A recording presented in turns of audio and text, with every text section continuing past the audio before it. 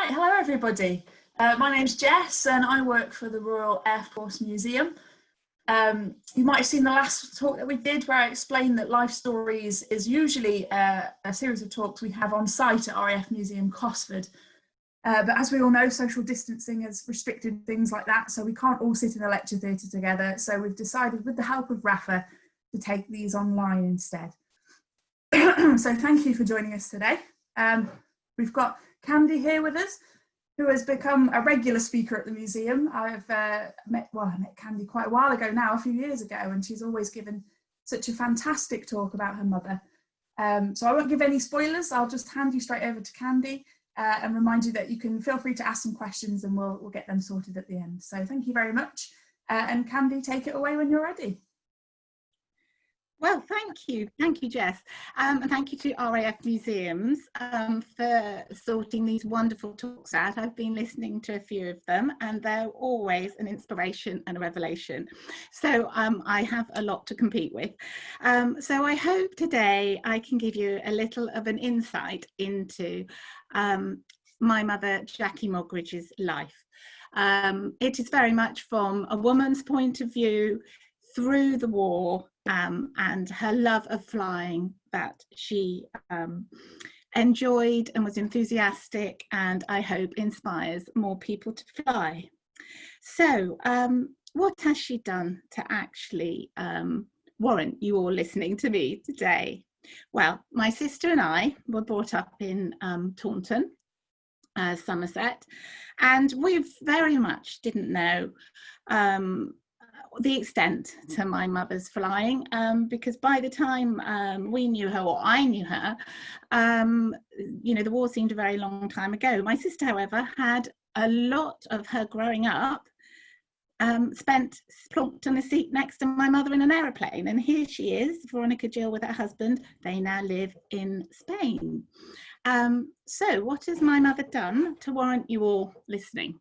I started to type this little list of firsts that she'd achieved, and as I was adding it, I had to make the font smaller and smaller to fit on this one screen, and so I suddenly thought, goodness, I'd be thrilled with any one of these actual firsts, but she actually did all of them, so no need to read them because I'm going to tell you how she achieved it. It all started, she was born in South Africa and she went to a little convent school, and there she is in that second row. She felt very much an ugly little thing. She said, I was always so skinny and silly, and she wasn't very clever, and but she absolutely loved school, and she was very enthusiastic, but not about maths. She couldn't do math, hated maths, she's a very arty person. She loved English, but she also felt that she was sort of different from everybody else, and she wasn't pretty like the other girls. And one day she saw an aeroplane flying overhead and she thought, that's what I'll do. I'll be up there in the sky and then no one will be able to see me. She also had two very boisterous brothers, and here she is with her mother, and her mother's Veronica Saru, and then there's her two elder brothers, younger brothers, sorry, and they were actually teasing her and calling her a sissy, and as you can see there, they're all over 6 foot. So she actually thought, right, I'm going to show them, and she thought the aeroplane was a brilliant idea, so she told them all she was going to be a pilot. So she actually wrote off, just to make sure she really did tell them she was a pilot, she actually wrote off to the Aviation Institute in America, and here's the letter. She did the course, nothing to do with flying, of course. She didn't actually get in a plane, but she did do some sort of similar engineering tasks and things to do with engines, and she passed it, and she said, there you go, this is sort of age 15, and she said, look, I've done this, boys, I'm going to be a pilot, an aviator. But if you look at this, she actually weren't used to having obviously a woman, and the letter has, he has evidenced proof of an accurate understanding of aeroplane and engine construction, and I'm confident that he will make a capable and diligent worker when given the opportunity. And they've sort of crossed it out and put an S and turned it into she. So she showed this to her brothers, and of course they weren't impressed. They said, oh, you haven't even got in an aeroplane, don't tell me rubbish like that. So her mother said, okay, for your 15th birthday, I'll take you for a flight. Now, she'd never been in a plane in her life, and this is the plane they went up in, which is de Havilland Rapide. And she got in there really nervously, and she went up for a flight, and she was violently sick because she gets air sick, she gets car sick. And she came down and feeling it was a bit of a disaster. So her mother sort of let her go up again. And the next week when she went up, she just fell in love with it. And she thought, this is where I should be. This is what I love. So she immediately applied to start her private pilot's license, to have flying lessons. And her instructor took her up, and when on the first lesson, he came back down and said to her mother, well, you know, I'm sorry, but she'll never make a pilot. And my mother heard this and she thought, that's it. From then on, she was determined to prove him wrong. And she said she felt so strongly about this that she was going to become a pilot, come what may. She got her flying suit. There she is, so happy in her flying suit. And she traipsed on her bicycle to Johannesburg every day to be around the aerodrome. And flying lessons were expensive, so she did, you know, as many as that basically they could afford. And this was her little training plane that she started to fly. And as you can see, open cockpit, 2 wings, very much, you know, out in the open. And she took her private pilot's license, and when she took the day she took her test, she set off, she flew all around the aerodrome, and she did her solo flight, and then whisked herself off back to Johannesburg, landed, said hello to people there, and flew back again. And her instructor was so furious with her. He said, I didn't mean you to go anywhere, I meant you to just fly around and land. But she was so excited, and she found her absolute joy in flying. And it's while she was in the South African airport that one of her heroines arrived. And this was the first woman commercial pilot to get her wings. She's Doreen Hooper, and this is what gave my mother the thought of, well, I've got my private pilot's license, I want to become a commercial pilot. So she talked to her mother, and her mother said, well, okay, Jackie's father had died before she was born, and he'd left her a bit of money, and her mother said, if you want to learn to fly, we could use that money for you to go to aeronautical college. Now, there weren't any aeronautical colleges in South Africa, so she couldn't go there. And they sent off letters applying to England. And while she was waiting for that, my mother decided she wanted to be the first girl to do a parachute jump in South Africa. So she didn't tell her mother. She convinced her mother that she needed a parachute because she needed it for safety when she was flying. So her mother dutifully bought her a parachute. And then Jackie set off trying to arrange her first parachute jump. Of course, there were no women's outfits for parachuting. There were no women's boots. She was in men's overalls, men's boots. She wasn't weighted properly. And there you can see her having her parachute put on before she goes up. She was in this open top bi-wing plane. Of course, the only way to get on out of that in the air was to clamber out and hold the strut and let go. Well, she said when she got up there, the weather wasn't very nice, unusual for South Africa. It was damp. It was slippery on the strut. She looked down and she saw the people who were waiting for her down at the bottom, and she thought, I can't do it. I can't let go. And then she thought, but they're all watching me, and if I go back into the plane, I'm going to look such a fool. So she jumped, and it was wet and damp, and the parachute made a Roman candle, so it didn't open properly. She wasn't weighted properly. It didn't open up fully, and she came down too fast, and she broke her ankle. and landed in a field of polo ponies. So there they are, picking her up. She's still smiling, and they take her off to hospital, where, of course, at her age, 15, she's thinking, she promptly falls in love with the doctor, who looks gorgeous, and decides she's going to plan another jump. And in fact, reading her diaries, she'd planned to do a second jump, but incognito, wear a wig, strap a radio to her back, and tell Radio South Africa what it's like to come down in a parachute. And her mum wouldn't recognise her, obviously, if she just put a wig on. Thank goodness it didn't happen, because she found out that she'd got in to Whitney Aeronautical College.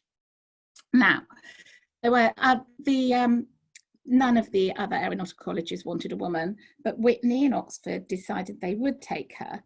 So it meant, of course, that she had to leave South Africa.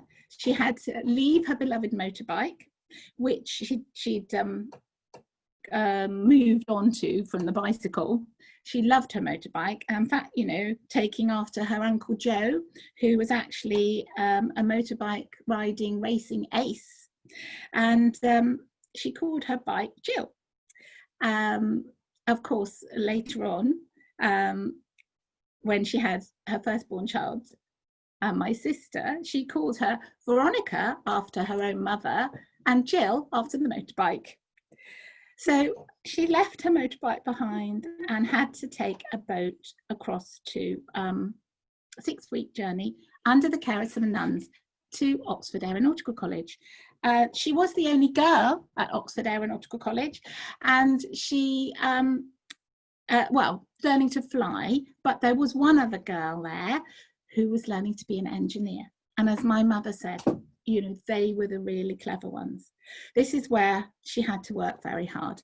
Her old aeronautical course helped her with some of the engines and things like that she needed to know. But the actual maths, she wasn't a natural. She said it was so hard to do the maths. She said she had to just sit there by rote and do it again and again and again until she got it.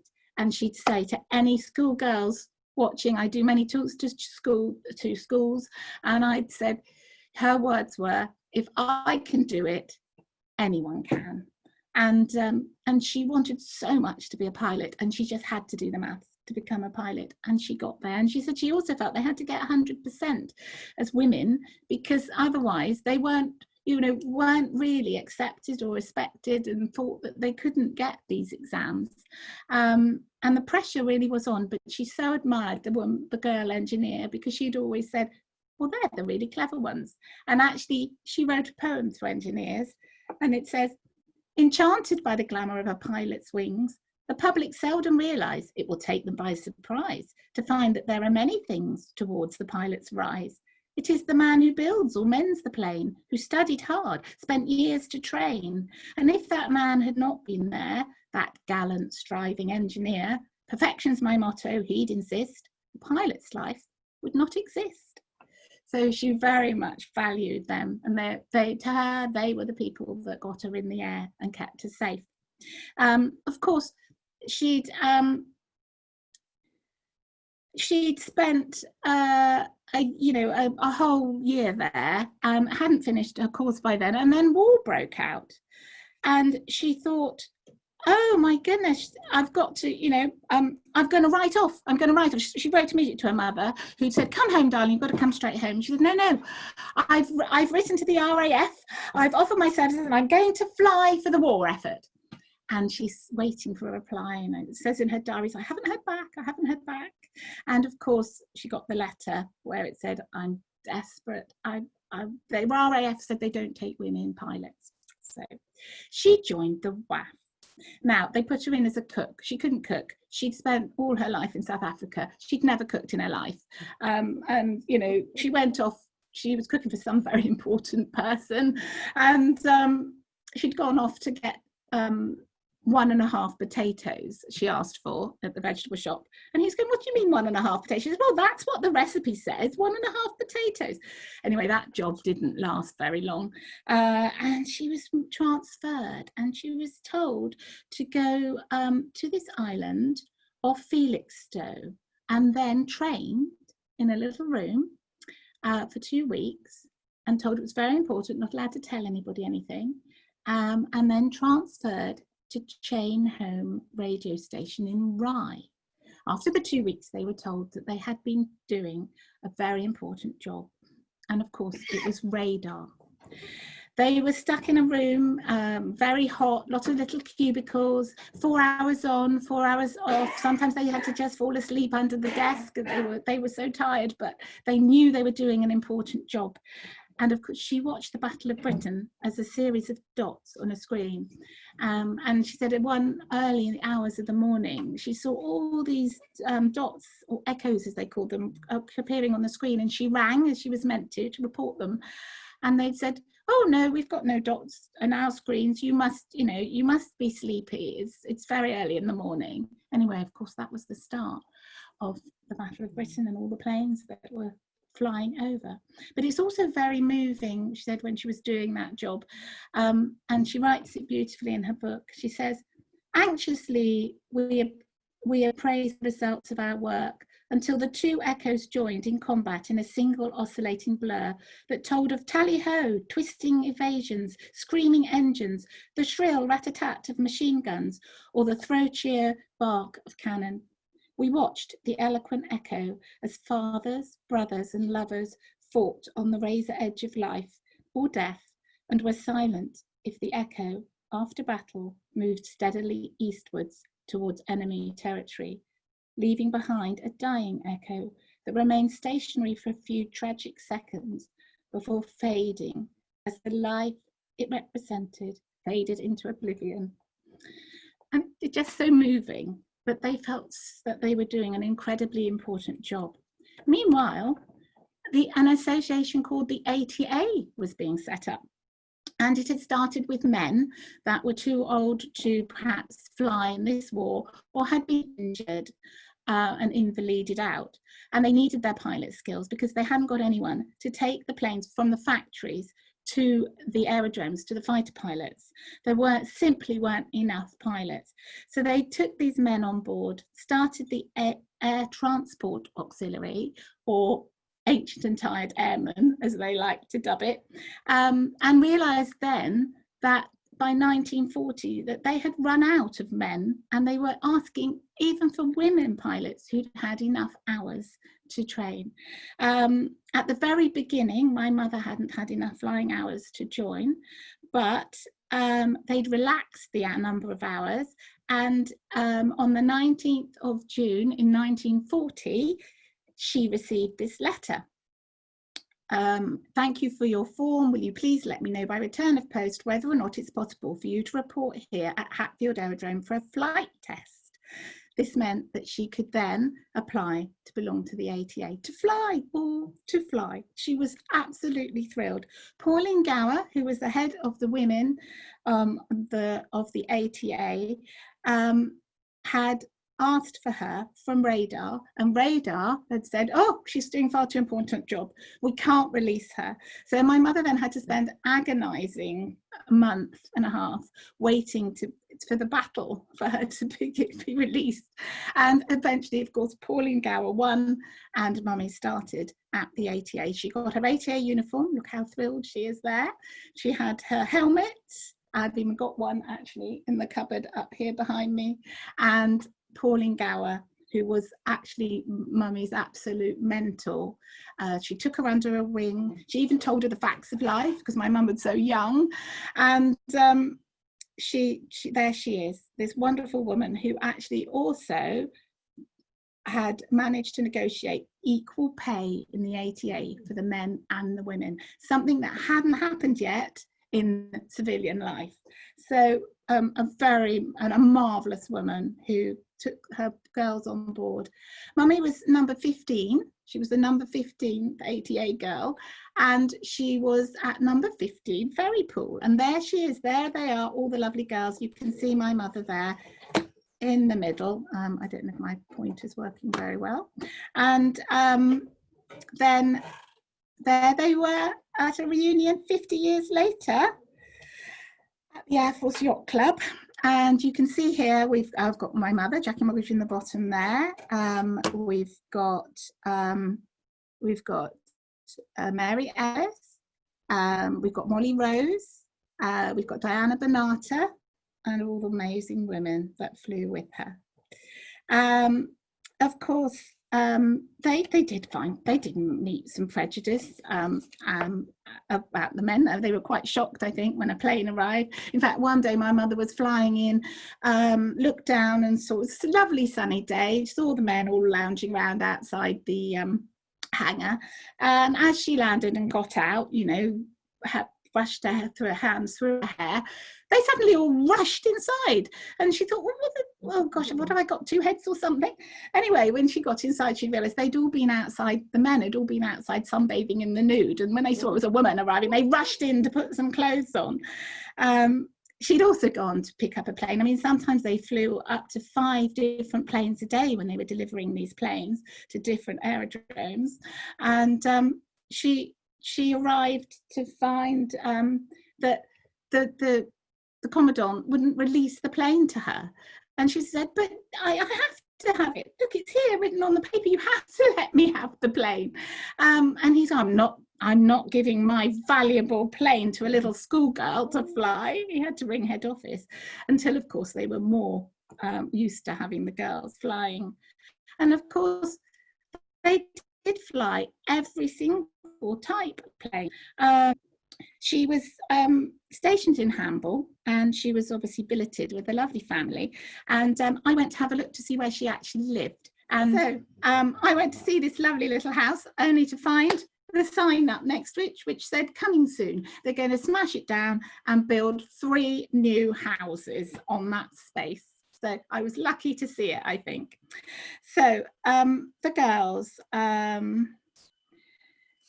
there were no, of course, facilities for these girls. So they landed in these aerodromes, you know, having flown for, you know, an hour and a half, an hour, maybe 2 or 3 flights in a row, only to find that obviously there were no ladies' loos. If they wanted to go, they had to use the men's, which wasn't always preferable.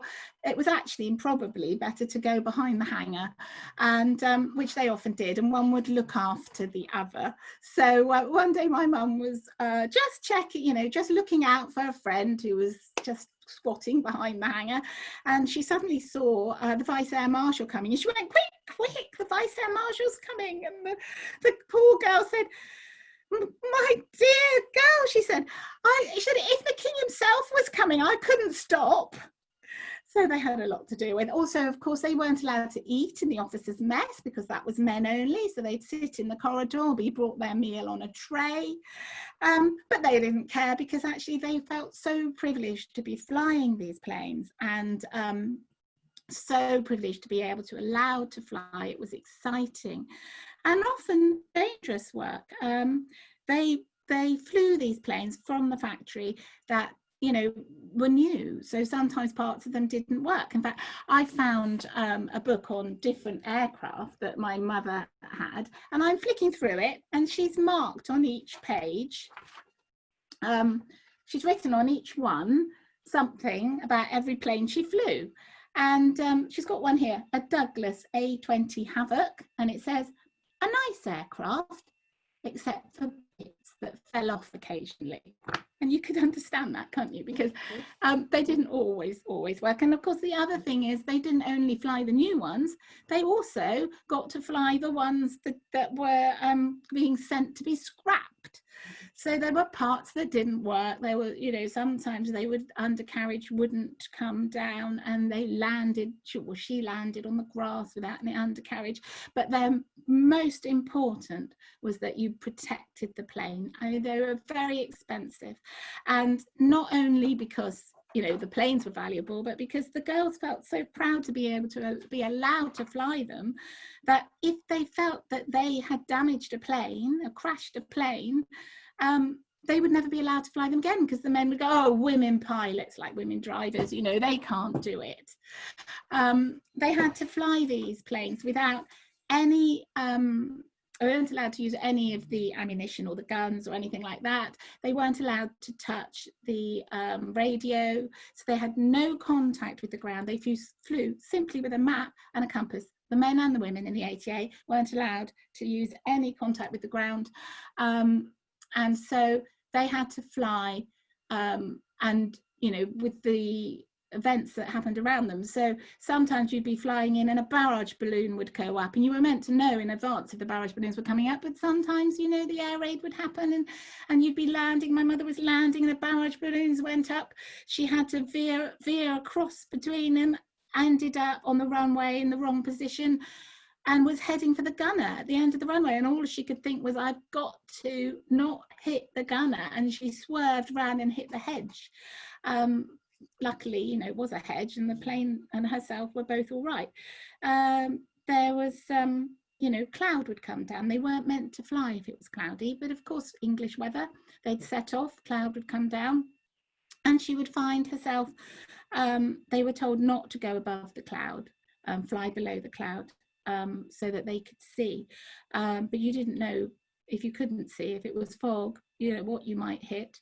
Of course, this is what happened to Amy Johnson, but more of her in a bit.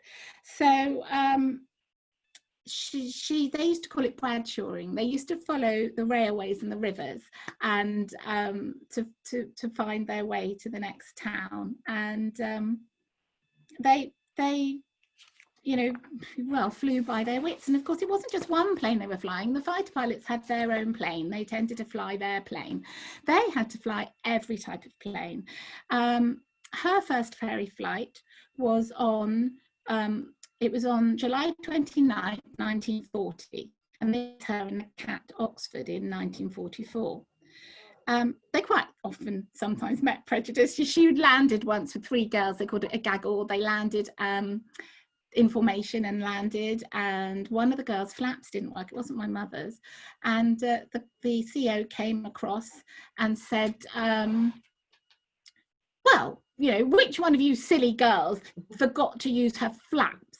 And my mother looked at the other girl, and the other girl looked at my mother, and my mother said, flaps? What are those? And the girl said, oh, you know, Jackie, it's those funny little red lever on the left. And the chap with the CO said, I think they're joking with you, sir. So they tended to use a lot of humour if they did meet prejudice. And, you know, as I said, a lot of bad weather, they often gave people lifts. And one day my mother was giving a lift to some, probably some chap who needed to get from one airport to another. And it was awful weather, and it was clouds and rain, and it was bumpy, and she got him safely to his destination. And when they climbed out, the officer came over and said to the chap, oh, how was your flight? Terrible weather. And he went, yes. He said, not only did you send a schoolgirl to pick me up, he said, but she was reading a novel. And my mother said, oh, no, I wasn't reading a novel. I was reading my ATA notes. I've never flown this plane before. And I think he was really glad that it was landed before she told him that. So, yeah, how exactly did they manage to fly so many planes? There was 150 different types of plane. My mother had flown 82 of them. They had this little book, because a lot of the planes just had one cockpit. And they were given these ferry pilot's notes from the ATA. And of course, they were on a ring binder, so you could add more planes as the war went on, and take the old ones out that were decommissioned. And it was their Bible, because it gave them all the takeoff speeds, landing speeds, everything, the knobs, the whistles for each plane, one plane per page. And this is actually printed version, and it's fabulous reading. And you can buy these actually at the ATA Heritage Museum in Maidenhead. Go to their website. Not only are they selling lovely things like this, but they also have a Spitfire where you can sit in it and try it out. It's a simulator, a Spitfire simulator. So yeah, go on and have a look at the ATA website and them in Maidenhead. Of course, my mother's actual one, I've got her real one. and look at the difference. It is very much tattered, bit of old string, it's lost its metal scoop, and she's written on it her notes per page on each plane. They never went anywhere without it. It was tucked in their boots, and it was their life. It was how they managed to fly so many different planes. And of course, she was very short. She was only 5'2", and she couldn't reach the pedals for some of the planes. She had to take a big cushion. In fact, it was an old aircraft seat that she took with her, and so she could sit on it so that she was able to reach the joystick and the pedals at the same time. And some of the planes were really, really heavy and difficult to fly.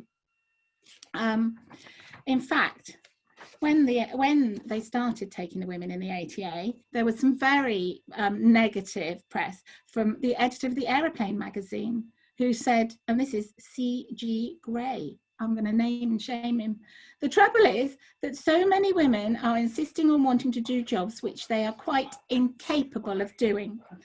The menace is the woman who thinks she ought to be flying in a high-speed bomber when she really has not the intelligence to scrub the floor of a hospital properly, or who wants to nose around as an air raid warden and yet can't cook her husband's dinner. Well, Mr. C.J. Gray, I think that, you were proved wrong. Lord Haw, broadcasting from Hamburg, said, "The rich men of Britain who are being ruined by the war have found a new way of getting their money back. They're putting their wives and daughters into the Air Transport Auxiliary at enormous salaries to fly vicious-fighting aeroplanes, which these unnatural and decadent women will doubtlessly enjoy." Well, they certainly did. They certainly did enjoy it and risk their lives. The ATA men and women, they were brave, and 10% of them as a whole died. And that was the same for the women and the men. There were 168 women, and 16 of them lost their lives in the ATA. So, as I said, when it was cloudy, they weren't allowed to fly. Now, Amy Johnson, she joined later on in the ATA, and she did the taxiing in her Anson to do the picking up when the girls had dropped or the men had dropped the planes off. And they were grounded from cloud, and Amy and my mother were both in Cardiff, grounded at the airport. And so my mother had 5 days with Amy, and of course my mother was like absolute heroine. Her heroine, there was this older lady who'd done all that flying, and Amy had a soft spot for mummy and took her into Cardiff shopping, and told my mother, who never forgot this, that you must always have lace and silk underwear. And later on at Herne Bay, at the wonderful Amy Johnson Museum, and the opening of this beautiful statue at Herne Bay, they were talking about Amy and her love of silk underwear. And I thought, yeah, that's absolutely true. She told my mother they'd gone buying, and my mother always bought beautiful French silk underwear after that. There she is on the many different planes that they flew. And here she is with Hazel Rains. Looking very happy. She wasn't always on an engine. When they had days off, they were near the water, and they'd obviously gone out on a boat. So not only did she learn to fly, she learned to row. Weren't allowed to ferry, except they weren't allowed to taxi the aeroplane on mud. So they didn't want this to happen. So the ATA said, right, you've got to ask someone to take it to the runway for you. So my mother said, can you please take this plane to the runway? I'm not allowed to taxi, because the ATA just didn't want the insurance claim should this happen. And he said, yes, sure, love. He said, oh, here's the keys, follow me in the car. And she went, oh.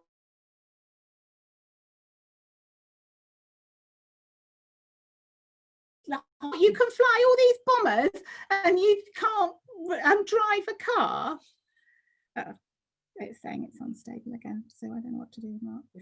So she was really happy. We're still here. We can still hear you. Keep going. She was so happy because she said she's all this time, she'd flown all these planes, but the one she really wanted to fly was a Spitfire. So her first bit, she had on her little chip that came in at the day with her different planes on it, maybe 4 or 5 different planes a day. She suddenly saw her spit on the 13th of October 1941, and it was to take it from Crawley to Turnhill.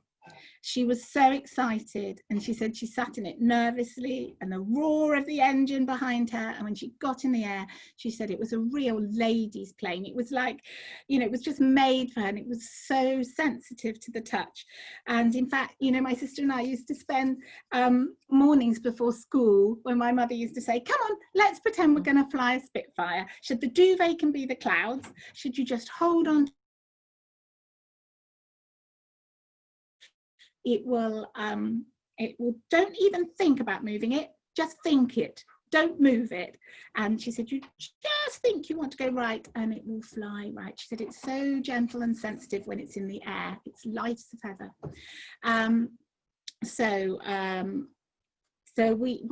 I sort of learned how to fly from the bed, never been in a plane at all, but this came in very handy later on, and I'll let you know about that later.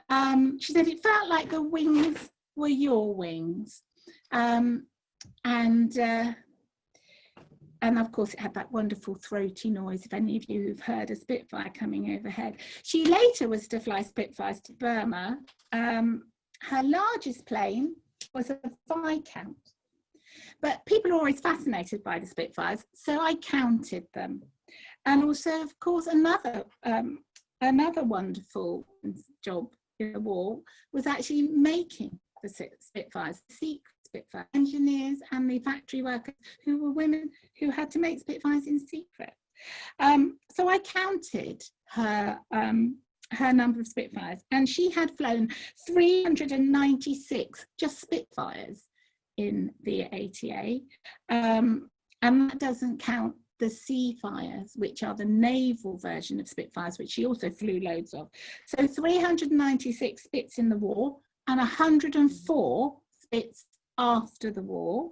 And I'd said to my daughter, who was helping me count, add those two together, and it came exactly to that magical figure, 500. She flew 500 Spitfires in her lifetime, and one more when she was 74 years old, and I'll come to that in a bit. Her last bit, well, her first bit, as I said, was the 13th of the 10th, 41, and her last bit was the 18th of the 10th, 55, apart from the one when she was 74. So they were very special planes for her, but of course there wasn't just Spits, there was Wellington bombers, there was Hurricanes, Mustangs, you know, you name it, the little aircraft book says it all.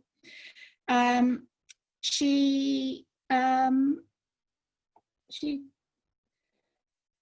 yeah, so then of course they'd done all this wonderful job and war was over. She'd met my father at this point.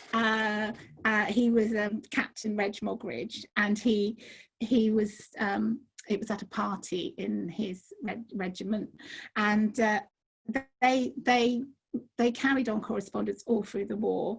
And she used to fly over his army barracks, and she used to write him a little note. And pilots actually were given an extra ration of chocolate during the war, because they were told if they had a headache or they weren't very well to take a pill. And they weren't allowed to take a pill, so they were to have a cup of coffee on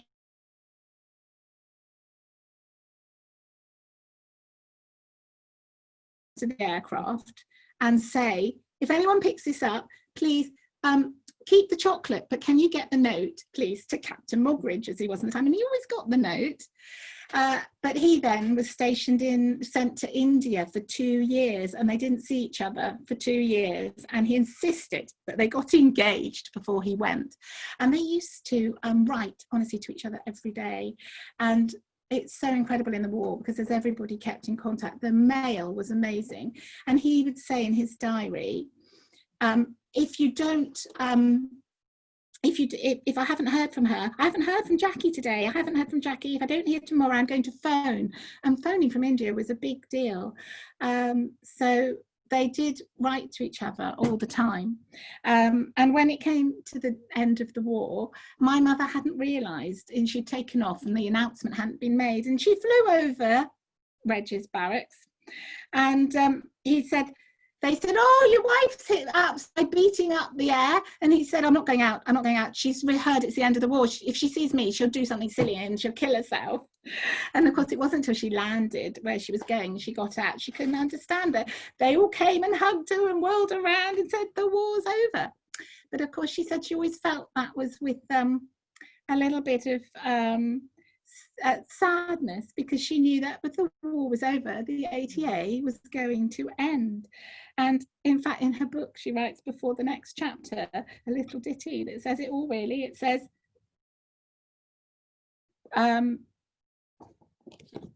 she said, I'll just find it for you here.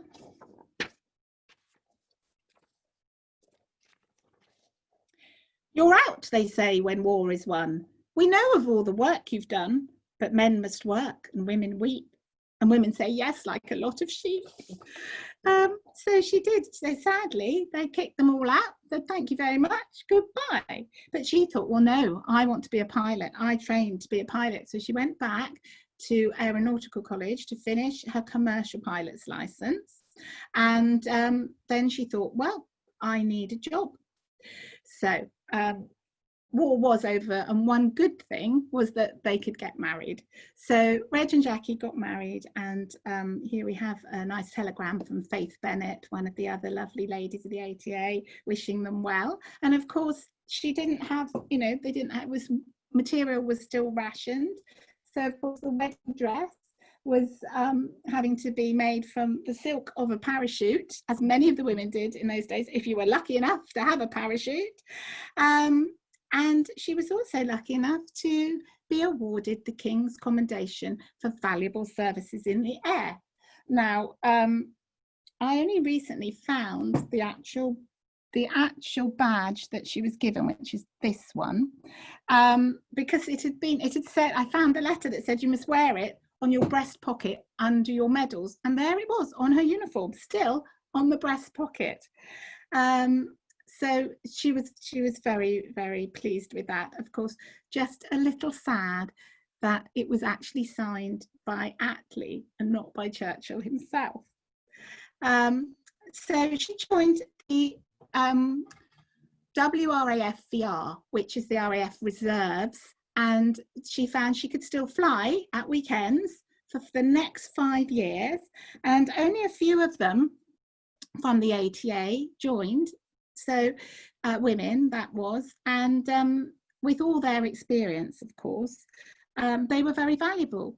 And she found out while she was there, she could follow in Jean Lennox Bird's trophies, Jean Lennox Bird's follow in her wake, because Jean had applied for her RAF wings. Now, the women in the ATA didn't get RAF wings, and in fact, the men in the RAF didn't even realise that the women got them. And for a brief period, a few of them applied and did the wings course. Now, Jean Lennox was the very first to get it, and then we have Jean Lennox, and we have Benedetta Willis, we have Joan Hughes, Freydis Leaf, and of course my mother. Now, there she is getting her wings. I just love that picture because she's the only one in a skirt. And she was immensely proud of this. I'm wearing her wings today. Those are her dress wings. And people didn't believe it. They didn't believe they'd got them. So in 1994, when the RAF now at last decided women were allowed to actually be on the wings course and get their wings, Benedetta had written to her newspaper and sent it to Mummy and said, it's not true, is it? We got ours, the 5 of us got ours in 1950s. And this is Jean Lennox, who was the first woman to get them. And she had a lot of little mouths. She went and decided to apply to the RAF club because she had her wings, and she filled in the application form and omitted her gender. And of course, when she turned up, they said, you can't come in, you're a woman, there's no women in the RAF club in those days. And so the paper, I found this newspaper cutting from the 1950s that Mummy had obviously cut out and thought, well, this is marvellous. And there she is, Jean Lennox, and it said, who is flying officer X? And it tells the story of how she tried to get into the RAF club, who wouldn't, of course, have women at that time. And they said, oh, there's only 5 women who've got it. They listed them all. They said, we've rung them, you know, Jackie Moggridge. And it says they've all denied it, apart from Jean's mother, who said, Jean says, I'm not allowed to say anything. So what a wonderful woman. And she was a real trailblazer, and that my mother and the other 3 lovely women could follow. She, at this time also, my mother was given the Queen's Coronation Medal for her war effort, and that is there is the actual framed document. And then here, let's get it, there's the medal that I've got here, the Queen's Coronation Medal. So she was now flying at weekends for the WRAF, and very thrilled, but that lasted 5 years. And then, of course, they shut that down. They didn't need the volunteer reserves, and my mother needed a job. So she got a job for, she got a job having, you know, had lots of experience in the RAF VR. She'd even had experience on jets, and of course the night flying she had to learn to get her wings, because the ATA, although they had loads more experience than the cadets there, they hadn't done night flying, because remember, they hadn't been able to use the radio or have any contact with the ground. So she was very experienced, but she couldn't get a job because she was a woman. But the only good thing was that the equal pay had finished now. She wasn't in the ATA, so she was cheaper. So people took her on, and I think that worked for her because she was cheaper and very experienced. So she got a job taking the Spitfires to Burma after the war. There were 4 of them, 3 men and herself. They did 6 journeys. They went, as you can see here, this is the actual route they took all along here, and it was between Iran and Iraq, and they had to be careful not to go over Syria. It's because they were at war. So when they flew just over Iran, that was friendlier. They wasn't land in Iraq, it was desert. They took 9 stops all on the way. And of course, she being a woman, you didn't want to be landing in those countries. But you know, she took it, sense of adventure, and they were on the radio over Rangoon, and the flying leader, Leo Burnett, he said, he was talking on the radio, and they heard my mother talking, and the man said, "Oh, what you doing? Got a woman up there?" And he went, yes. And he said, "Oh, what's she doing? Sitting on your lap?" So of course, when they landed, Mummy was the 4th pilot of the 4th Spitfire, and they wouldn't believe it. They couldn't believe that a woman could have flown it. And they held them all up for about 4 hours while they looked for the 4th pilot, because they were very worried that he'd absconded, and they had to ring back to Cyprus to see that it really was my mother who'd flown the plane. As you can see here is Leo Gardner is there in the middle. My mother, they're wearing their white summer sort of uniform. There was a bit of fun. She was always a laugh, and it was very exciting. And she wasn't always flying an engine. She was sitting, here she is sitting on something without an engine. But Sharjah and Ladakh in India, and of course she did actually, they did have to force land in the desert. They weren't sure where they were. In fact, it was Bandar Abbas, and they had to stay while they waited for a plane to be fixed. And I won't tell you what happened, because that's all exciting and it's in her book. So, Spitfire Girl. So she thought, well, she got back from her lovely trips and thought, well, I think would be really great, you know, another sense of adventure. I'd like to be the first woman to go through the sound barrier. And she'd researched it. She'd had experience on jets in the WRAF. And she had to get a plane to do it. So she asked the Air Ministry, she asked private companies, she asked the Duke of Edinburgh to help her, and here you are trying. And he wrote back from Buckingham Palace saying,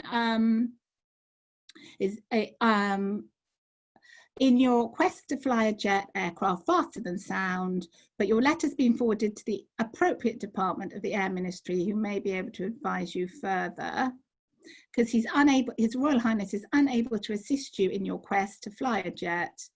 I'm sure you will understand that it's probably difficult for the Royal Air Force to let you fly their aircraft at the expense of other training, i.e. the men. So no one would trust her with a jet. She did get to fly here, it says, where she's asking headquarters here, and they say she has permission to fly in a service aircraft, including jets, as a passenger. And she was fighting for this, I don't know, for 5 years. She was fighting for this because she knew that Jacqueline Cochrane of America was trying and that Madame Oriol of France was trying. And she wrote to the papers and said, why should it be that other women, you know, the other countries, women are going to do this first? I'm doing this as a first for Britain. You know, as something, you know, we have a queen on the throne, and it's time for us to go ahead and get this. And no, the Air Ministry were just too slow, and Dodrian wouldn't see it. So here she is again, trying very hard. Our sound barrier girl, there she is in a Meteor jet. I've got that photograph, such a lovely photograph. And even when she got her next job, which was working for Channel Airways, and in this job, she became the first woman airline captain to fly passengers on scheduled flights. And she was very proud of this too, this and her RAF wings. And even then, you can see she's still, the headlines are saying, girl who wants to go bang. And even then, she couldn't do it. And of course, at the end of the day, Jacqueline Cochrane did it first because they gave her a plane to do it in. Such a shame when it could have been a first for Britain. So she was flying for Channel Airways. She got the job because she'd gone for the interview without putting her gender on the application, and she'd taken my sister and plonked her outside the door while she went in to have her interview. And she'd gone in dressed in a beautiful, you know, 50s dress, matching handbag and shoes, and sat there. And they were quite shocked to see that a woman had actually applied, because Jackie, of course, which she intended, she called herself Jackie, it was a man's name. So she had, as I said, she was cheaper, and she had so much experience that they took her on. And she used to fly passengers to Jersey, Guernsey, Portsmouth. And when she was there in the Isle of Wight, she used to drop off and see her friend, Benedetta Willis, who was over there, and also Mary Ellis, who flew in the ATA with her. So, of course, Mummy actually taught Mary Ellis to fly, because Mary Ellis joined later than Mummy. And Mary Ellis was always so sweet about how what a nice teacher Mummy had been. But Mummy thought, right, now she used to fly in, and she wasn't allowed to speak on the intercom, because if she did, the passengers would be frightened. So the second officer would have to speak for her. And they also had a brilliant London black cab that she used to get out the plane, jump in the cab, chauffeur it to pick up the passengers, because in those days it was a full-on service, and then she'd come back out of the cab and then get in the cockpit. But those were the days. And also she decided she would write her book, and in 1957 she wrote Woman Pilot, which we have now had republished in 2014, republished as Spitfire Girl, but it's the same book, it's all her own words. And they've actually put it in a time capsule. The Imperial War Museum have put it in a time capsule and buried it, because they said for future generations they will never understand how hard it was for a woman to fly in those days, and all the things she had to deal with. And it was really, you know, she was ahead of her time. And I just think that's amazing that sometime in the future, my mother's book, and it will be the Woman Pilot version, will be in that thing. So she was, you know, had lots of press about it at that time. And the Woman Pilot was then made into a Pan edition. And then, as I say, that's the Spitfire Girl book, which is available now. She also got a job for Lek Refrigeration, where she was flying refrigerators back to South Africa, funny enough. And she was also worked for Meridian Air Maps, where she was looking, and was the first plane. She had the photographer with her. She was the first plane to spot Robin Knox Johnson when he completed his round the world trip. But she had some brief holidays in between, and there she is with my sister and her husband Reg, still in her uniform. And of course, my sister, being a very young girl, you know, at school, my mum went to pick her up from school one day, and she was flying home with her 2 air hostesses, and my sister was hanging out going, oh, there she is, she said to her friend. And her friend went, oh, as my mother waltzed up in her uniform. What is she then? Is she a bus conductor? And my sister was like, Mummy, never come to school again in your uniform. It's so embarrassing. It's just so embarrassing. You know what it's like. You never please your children. Whatever you do, you're an embarrassment. So there she is, working for Channel Airways. And while she was there, she was awarded the Jean Lennox Bird Trophy for valuable services in the air. Oh, no, sorry, wrong thing. The Jean Lennox Bird Trophy for furthering the cause of women in aviation, for becoming the first woman airline pilot. And here she is accepting the trophy. She was very proud of that from the Women Pilots Association. And she said in her speech, she said, I long for a time when this wouldn't be a feature, that it would be commonplace for women to be airline captains. And I have to say, you know, even all these years later, 2020, we still have only 5% women airline pilots. And EasyJet are doing a marvellous job, because they are promoting women pilots, and they have 20% of their pilots as women now. So we're getting there slowly. And in fact, you know, when I was a little girl, you could always buy Barbie's air hostess uniform. Well, it took till 1992 for Barbie to get a captain's uniform. And when my mother saw this, she couldn't believe it, and she bought it straight away. And I thought, come on, Barbie. 30 years after my mother had achieved that, Barbie caught up. She was back in the Havilland Rapide that we saw at the very beginning. There she is, flying it. There's the air hostesses that she trailed behind to give a lift to pick up my sister. And of course, even then, you'd think the women would be behind her. But, you know, would you object to a woman pilot? She wrote a poem to a magazine saying, I'm always criticised, you know, for having a career. Yet if I stayed at home all day, the cost would be too dear. Our 10-year-old would have no clothes, nor I a thing to wear. My husband's smokes would have to go.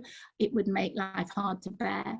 Besides, we all would miss the fun discussing all we've seen, and every little thing we've done and everywhere we've been. Please understand, you smug mammas who preach no jobs for wives. We work because it's the only way to brighten up our lives. And of course, the reply she got to this was, unless a woman is prepared to devote almost the whole of her time and energy to making of a home for at least 15 years, in my humble opinion, she should not marry at all. And so, you know, it was a struggle, but she persevered.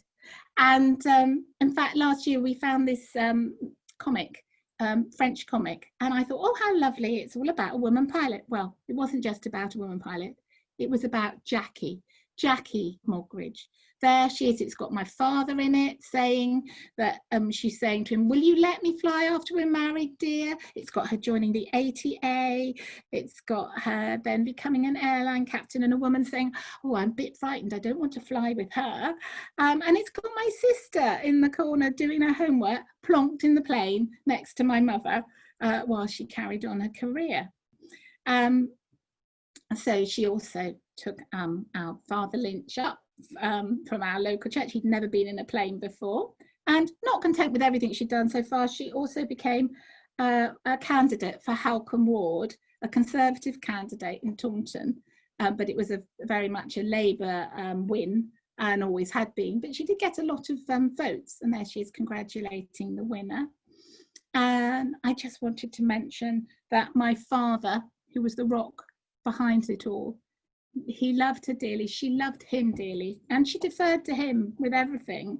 But he always said, people would say, well, how could you let your wife do all this and, you know, not be at home, cook your dinner every night? And he said, you know, if I could fly planes like that and do what she does, he said, I would love it. He said, how can I possibly stop her doing this? And I found a little picture of her in his wallet when he died. He'd held that picture of her all his life. She loved to dance, she loved to sing, she loved to act. She'd been a professional pantomimes.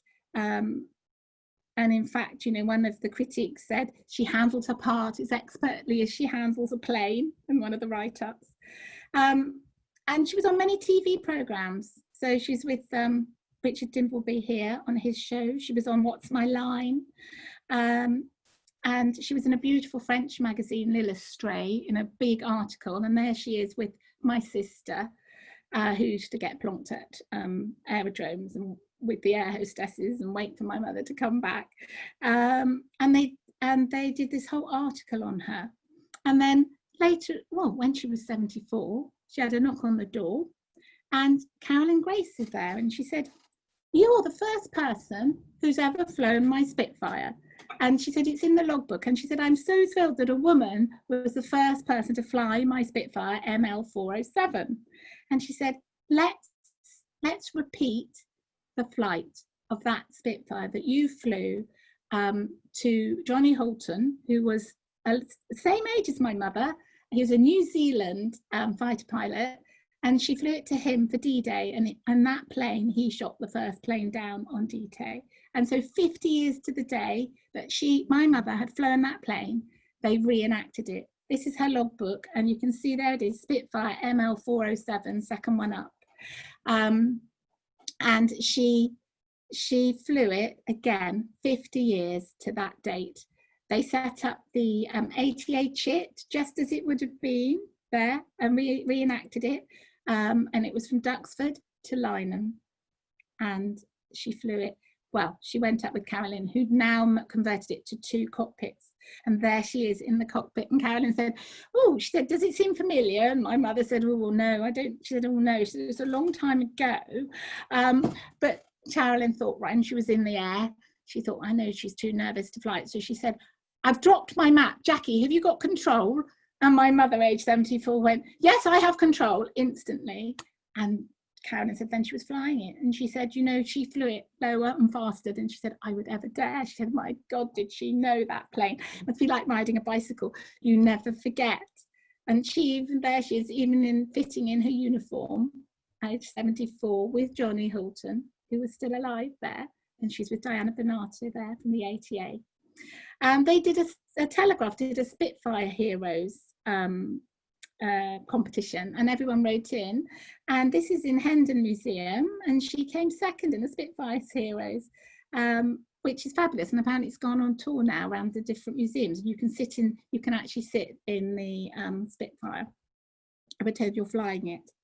My daughter and I were lucky enough to be invited to the RAF 100 celebrations in Horse Guards Parade, and I actually saw the plane that is in her book, the picture in her book. The book's got pictures in it, and this is the plane that she flew in, and she's in the cockpit of in the book.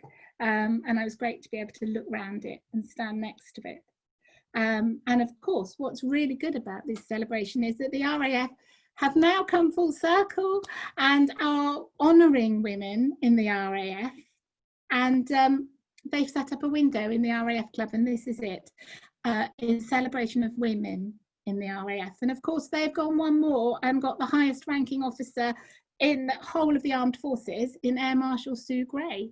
So I'm here in front of the window, having been to a celebration of women dinner, and you can see here it's got WAF, ATA and WRAF there up on the typewriter keys and the stained glass. And my mother was in all 3 of those. And of course, I'm wearing her RAF wings. And even Strictly Come Dancing on Armistice Day did a wonderful opening of Jean Lennox Bird getting her wings and a whole dance for that, and the RAF women celebration of 100 years of the RAF.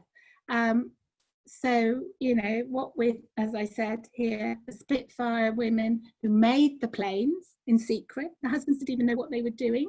And there's a charity now for the secret Spitfires. We've got these stories told. And this is in Prague, in a art gallery. The whole corridor was lined with portraits, individual portraits of women in aviation. And my friend came across my mother there, and then the story of the ATA. So I wanted you to see her. This is her age 80, on her 80th birthday, with her grandchildren, Ashley and Lara, who she absolutely adored, and who obviously adored her. And now her grandchild Lara is drawing the pictures, and I've done the words for the children books, Up, Up and Away. And here it was the one where it says Jackie gets RAF wings today. And I think my mother would be so thrilled. She died in 2004, and I think my sister and I only realised that she was famous when we saw this in the Times, because we didn't give this to them. They had it ready, and it's all her life history there ready. And we thought, gosh, you know, she's done a lot. And the ATA now have plaques going up in the different aerodromes that they landed in. And here's one here. And it says the ATA flew over 150 types in wartime skies, moving at 309,011 machines throughout the UK and Europe, with no navigational aids other than a map and a compass. An extraordinary feat, never to be repeated, which deserves to have its place in history. And there they are, the women and men of the ATA at a reunion, just before they've nearly all died now. But this is one of the more recent ones, with myself and my sister and my daughter, Lara. Mummy was always an inspiration for women. She was so excited here with the Vicar of Dibley being a vicar, when women could become vicars. And the day that her book came out, Spitfire Girl, reprinted, was the day also on the paper that the first, what comes after a vicar? The first bishop, women bishop, was allowed to be there. She would have forwarded that. She would have been so thrilled. So Gran would have been proud. Lara was the cadet, and she got the commendation for the year for being an outstanding cadet. Only one girl got it, and she was it. Wouldn't Granny have been proud? And Carolyn took my mother's ashes and she spread them over Dunkeswell Aerodrome, which was so kind. From her Spitfire, they can see the picture here, from her Spitfire, the Grace, and she took me up in it, and she let me have a go. And now I just say to everyone that the only plane I've ever flown is a Spitfire, because she let me have a go when we were up there. And I don't think I've never flown a plane, but she said, come on, Candy, have a go. And she said, turn right. And I did exactly what my mother said. I just thought to turn right, and that plane went right, gently, carefully, slowly. And she went, oh my God, you're your mother's daughter. And I thought, no, it was those Spitfire lessons in the duvet. Yeah. So I just wanted to leave you with a word so you could see her.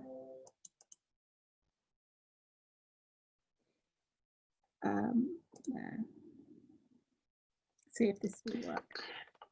It just looks like it's loading at the moment, so give it a second. Yeah.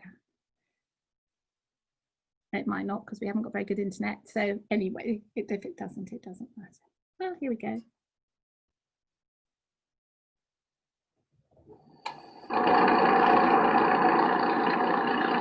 It's all very well to have the mass production of aircraft in a war scenario, but you have to actually get those aircraft to the units that will need to use them. The operational squadrons don't have time to send pilots to factories to pick them up. So what you do is you create something like the Air Transport Auxiliary. mainly women pilots, many of whom had learned to fly in the 30s. But those who didn't were trained at Whitchurch. They flew many thousands of hours, not just Tiger Moth, Spitfires, but Blenheims, and even Lancaster bombers. We would fly. That's my mother.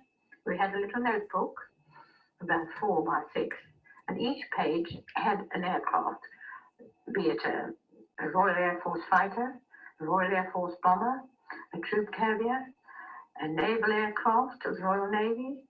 We flew just about, well, we did. We flew everything. Anyway, I went to Wales to pick up this Albemarle, which I'd never seen before. And then a car came up with a squadron leader and his navigator. And he looked up and he said to the ADC cadet, "Where's the pilot?" And I was only wearing a white shirt and trousers and sitting there. And he said, so the ADC cadet said, "That's the pilot, sir."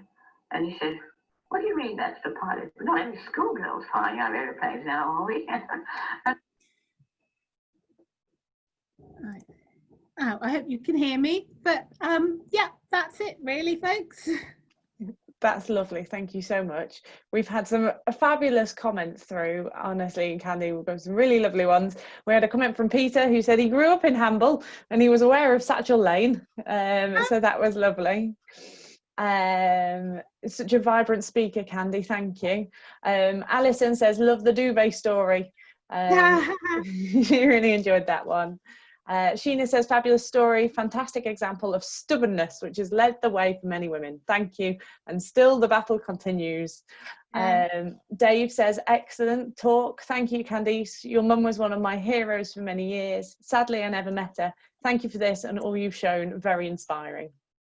Oh. And then there is a comment here from Anne, "Entertaining as always, Candy." So lots of absolutely lovely comments there. So that's fabulous.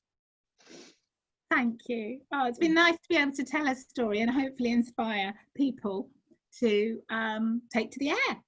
You've done it wonderfully. Thank you so much, Candy. Brilliant story, honestly. And if they want to know more, obviously there is her book Spitfire Girl, My Life in the Sky, and I think Amazon are doing a deal anyway at the end of July and the beginning of September. So yeah, there's pictures in it and it tells you a bit more, takes you more in depth. Fabulous. And what we will also do is when we share this on our website, we'll make sure there's a link to that book as well. So if you wanted to know where you can find it, that's it. No more. Yeah. Thank you all so much for joining us. I hope you plan on joining us tomorrow, where we've got Chris Goss, who's one of our aviation historians. But for now, thank you, Candy. Thank you, Jess, for organising, and have a lovely day and see you all soon. Thank you. Bye. Yeah. Thank you, everyone.